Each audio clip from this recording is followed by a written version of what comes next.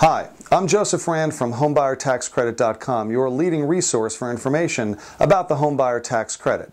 At our site, we get a lot of people who ask us questions, particularly about if they're buying with someone else, whether they still qualify for the tax credit. So we wanted to put together a video that reviews some of the issues that come up if you're buying with someone else. Now, if you're buying with someone else because you're married to them, then watch our video that relates to married couples. We're only talking about if you're buying with someone to whom you're not married. So let's say that you're buying with your boyfriend or your girlfriend, or your parents are going to be helping with the down payment, and maybe they're even going to be on the title, or you're buying with anybody else. The key thing is you have to live in the property if you want to claim a tax credit. But if you're getting help with someone else buying the home, then we're going to try to review some of those issues that might relate to you. A couple of things we want you to keep in mind. First, it doesn't matter who's on the loan. People keep asking us questions saying, well, my brother-in-law is going to be on the loan, or my parents are going to be on the loan. For the purposes of the tax credit, it does not matter who is on the mortgage note.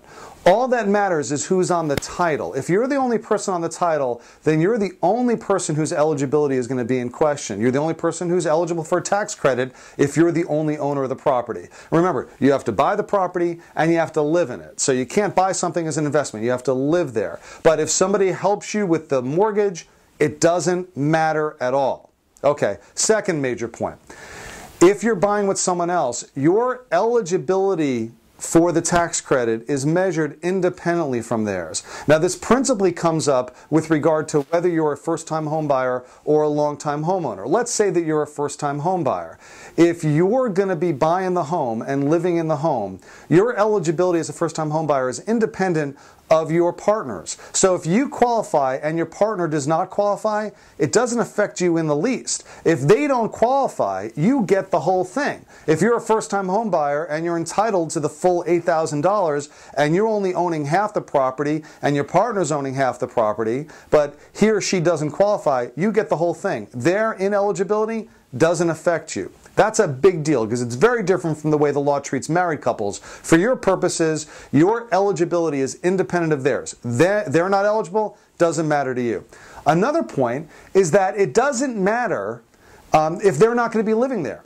It doesn't matter, anything relating to them is irrelevant if they're not going to be living in the property. You, as an owner who's going to be living there, you're entitled to a full tax credit. Doesn't matter how many owners there are. If they're not living there, their claim to the tax credit is gone. You're the only person who's entitled to it, and you can get the full thing. Now, last thing.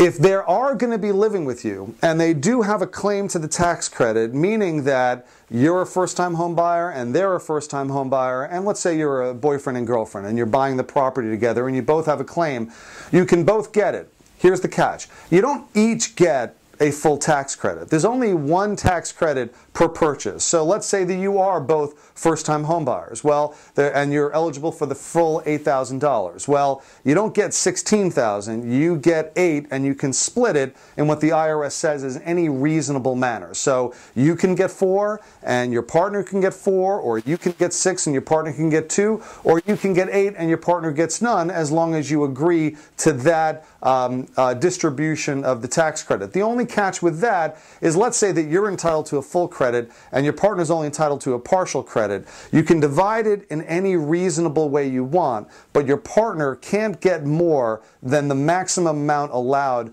under his partial or her partial tax credit. So you split it any reasonable way, but you only get one tax credit, and neither of you can get more than you would be entitled to if you were buying on your own. So we hope this clears up some of the issues. It doesn't matter who's on the loan. It doesn't matter if those people aren't going to be living with you or helping you buy. You can get help from anybody you want, and their eligibility doesn't affect yours. Okay, well, we hope you liked this video. We hope we answered some of your questions. If you have any further questions, go to HomebuyerTaxCredit.com and check it out, or post a question on HomebuyerTaxCreditBlog.com. Hope to see you on the site. Also, as we always say, if you do have any questions, and before you make any decisions about filing your tax return, talk to your accountant. Thanks for watching and have a great day.